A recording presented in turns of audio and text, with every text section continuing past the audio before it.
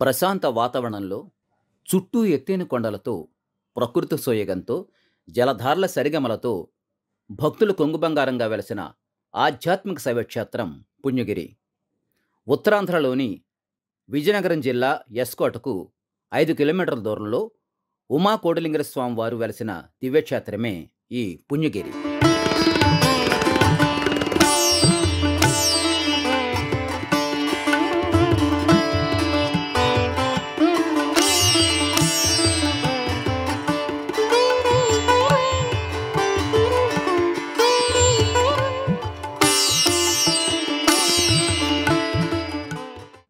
ద్వాపరయుగంలో సుమారు 7,000 సంవత్సరాల చరిత్ర కలిగినటువంటి ఆలయంగా చరిత్రకారుల కథనం. పాండవులు తమ అరణ్యవాసాన్ని ముగించుకొని అనంతరం ఈ పుణ్యగిరి చెంతన ఉన్నటువంటి విరాటరాజు కొలువులోనే తమ యొక్క అజ్ఞాతవాసాన్ని గడిపారని కూడా ప్రతీతి. వైజాగ్ నుంచి మనం వస్తున్న మార్గ మధ్యంలో లక్కవరపు కోట అనే గ్రామం తగులుతుందండి. ఆ లక్కవరపు కోట ఏంటంటే లక్కయిలు తగలబెడితే అక్కడి నుంచి మన యొక్క క్షేత్రానికి వచ్చారని చెప్పేసి, అలాగే మనకి విజయనగరం వెళ్ళే రూటులో జామి గ్రామం ఉంటుందండి. ఆ జామి గ్రామంలో జమ్మి చెట్టు మీద అస్త్రాలు పెట్టుకున్నారని చెప్పేసి, అలాగే రాత్రి పగలు జాగరం ఊరిపోయారండి. రాత్రి పగలు కూడా అక్కడ జాగరం ఉన్నారని చెప్పేసి, అలాగే ఆలుమందలు కాసేది ఎక్కడంటే అలమండ కింద ఇప్పుడు ఉందండి. అక్కడ బుధవారం నాడు చాలా పెద్ద సభ జరుగుతూ ఉంటుంది. అలాగే ఎస్కోట్కి అసలు పేరు శృంగారపు కోట అండి. కీచకుడు పరిపాలించేవాడు ఈ యొక్క క్షేత్రం. అందుకనే పాండవులు సంచరించారనడానికి ఇవే నిదర్శనం అండి. మనకి ఇక్కడ ఉండే ఎత్తైన కొండలను తూర్పు కనుమలుగా వ్యవహరిస్తూ ఉంటారు.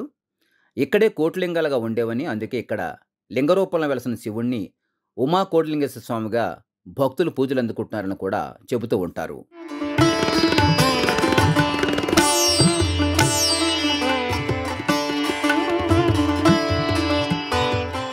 అయితే ఈ పుణ్యగిరి క్షేత్రానికి చేరుకున్న తర్వాత కొండపైన స్వామివారిని దర్శించుకోవాలంటే మాత్రం మెట్ల మార్గం మాత్రమే ఉంది.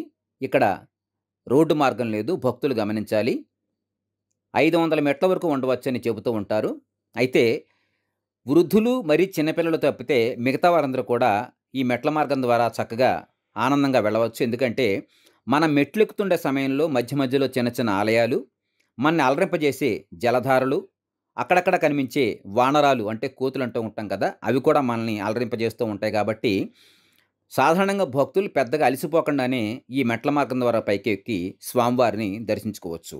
ఇక ఈ క్షేత్రంలో ఉండే అస్థి మండపంలో చనిపోయిన వారి యొక్క అస్థికలను కలిపితే వారికి స్వర్గప్రాప్తి లభిస్తుందని ప్రగాఢ విశ్వాసం.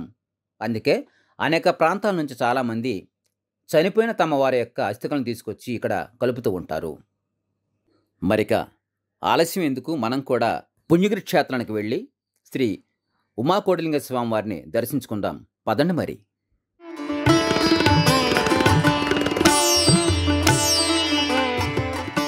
ఈ యొక్క క్షేత్రంలో ప్రత్యేకించి చెప్పాల్సిన విషయం ఏమిటంటే, ఇక్కడ సాయంత్రం 6 దాటిన తర్వాత మాట వినిపిస్తుంది. ఆ మాట ఎవరికి అర్థం కాదు, మనుషులు కూడా ఎవరు ఉండరండి. ఎవరో ఉన్నట్టు అలికిరిగానే ఉంటూ ఉంటుందండి. అది స్వామివారి దగ్గర వచ్చిన మునులు కానీ లేదంటే ఇతరితర ఏవైనా శక్తులు కానీ అనుకోండి, ఆ మాట వినిపిస్తుంది కానీ మాట ఎవరికి అర్థం కాదు. స్వామివారికి ఉన్న శక్తి అలాంటిదండి. ఈ యొక్క క్షేత్రంలో ఎప్పుడు కూడా ప్రతిరోజు సాయంత్రం 6 తర్వాత వినిపిస్తూనే ఉంటుందండి. అంటే ఎవరో ఒక మనిషి ఇక్కడ తిరుగుతున్నట్టుగా కానీ లేదంటే ఎంతో మంది మనుషులు ఇక్కడ తిరుగుతున్నట్టు కానీ మాట వినిపిస్తుంది. ఆ మాట ఎవరికి అర్థం కాదండి. ఈ క్షేత్రంలో ఉన్నటువంటి మరో ప్రత్యేకత కొండలపైన నుంచి జలజలాజాలు వారే జలధారలు. ఇక్కడ ఉండే పుట్టధార స్వామివారి మూలవెరటం తాకుతూ ప్రవహించడం ఒక ప్రత్యేకతగా చెప్పుకోవాలి. అలాగే ధారగంగం జలపాతాన్ని కూడా గిరిజనులు తమ దైవంగా భావిస్తూ ఉంటారట. ప్రత్యేకించి చెప్పడానికి విషయం ఏమిటంటే, ఎక్కడి నుంచి వస్తుందో నీరు తెలియదు కానీ మనకి వెనకాతలనగా ఇంకెక్కడానికి అంతా రాయి రూపంలోనే కనబడుతుంది కానీ వాటర్ మాత్రం బయటికి మాత్రం ప్యూర్గా వస్తూ ఉంటుంది. ఈ నీరు 24 గంటలు 365 రోజులు వస్తూనే ఉంటుంది. ఆ నీరు ఎక్కడి నుంచి వస్తుందో తెలియదు.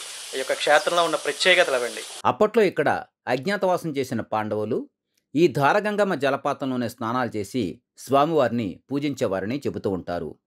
ఇక్కడ గనక స్నానం ఆచరిస్తే సకల పాపాలు కూడా తొలగిపోతాయని పురాణ కథనం. ఈ ధారను అనుసరించి వెళ్తే కాశీక్షేత్రానికి వెళ్ళవలసిందని కూడా అంటూ ఉంటారు. అందుకే ఈ పుణ్యక్షేత్రాన్ని దక్షిణ కాశీగా కూడా వ్యవహరిస్తారని ప్రతీతి.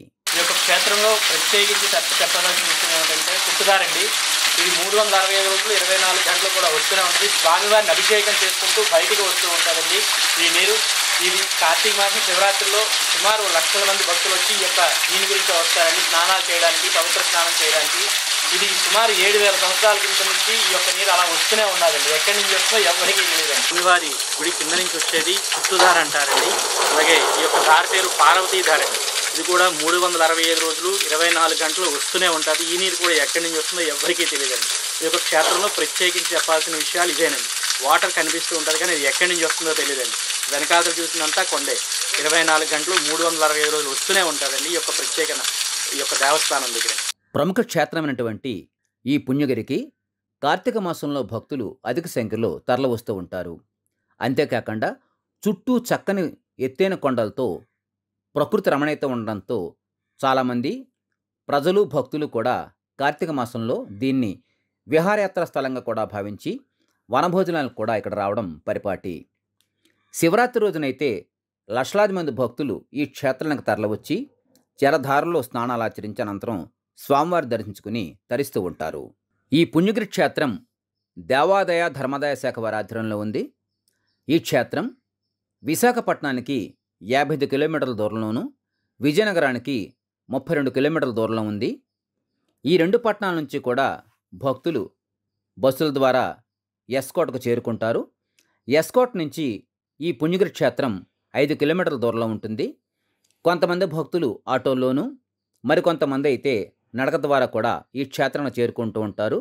ఇక కార్తీక మాసంలో కానీ, పర్వదినాల్లో కానీ, శివరాత్రి రోజున కానీ అయితే ఆర్టీసీ వారు ఎస్కోట్ నుంచి సరాసరి పుణ్యగిరి క్షేత్రానికి బస్సులు నడుపుతూ ఉంటారు. కాబట్టి అప్పుడు ఆయా సమయాల్లో భక్తులు బస్సుల మీద రావచ్చు. మిగతా రోజుల్లో మాత్రం ఆటో మీద కానీ, నడిచి కానీ ఈ క్షేత్రానికి చేరుకోవాలి. ఈ యొక్క శివరాత్రి రోజు స్వామివారికి రాత్రి 12 గంటలకు లింగోద్భావన కాలంలో మహారుద్రాభిషేకం అనేది జరుగుతుందండి. ఆ రుద్రాభిషేకాన్ని చూడడానికి సుమారు ఒక 40,000 నుంచి 70,000 మంది వరకు కూడా భక్తులు వస్తూ ఉంటారండి. అలాంటి పుణ్యక్షేత్రం యొక్క పుణ్యగిరి దేవస్థానం అండి.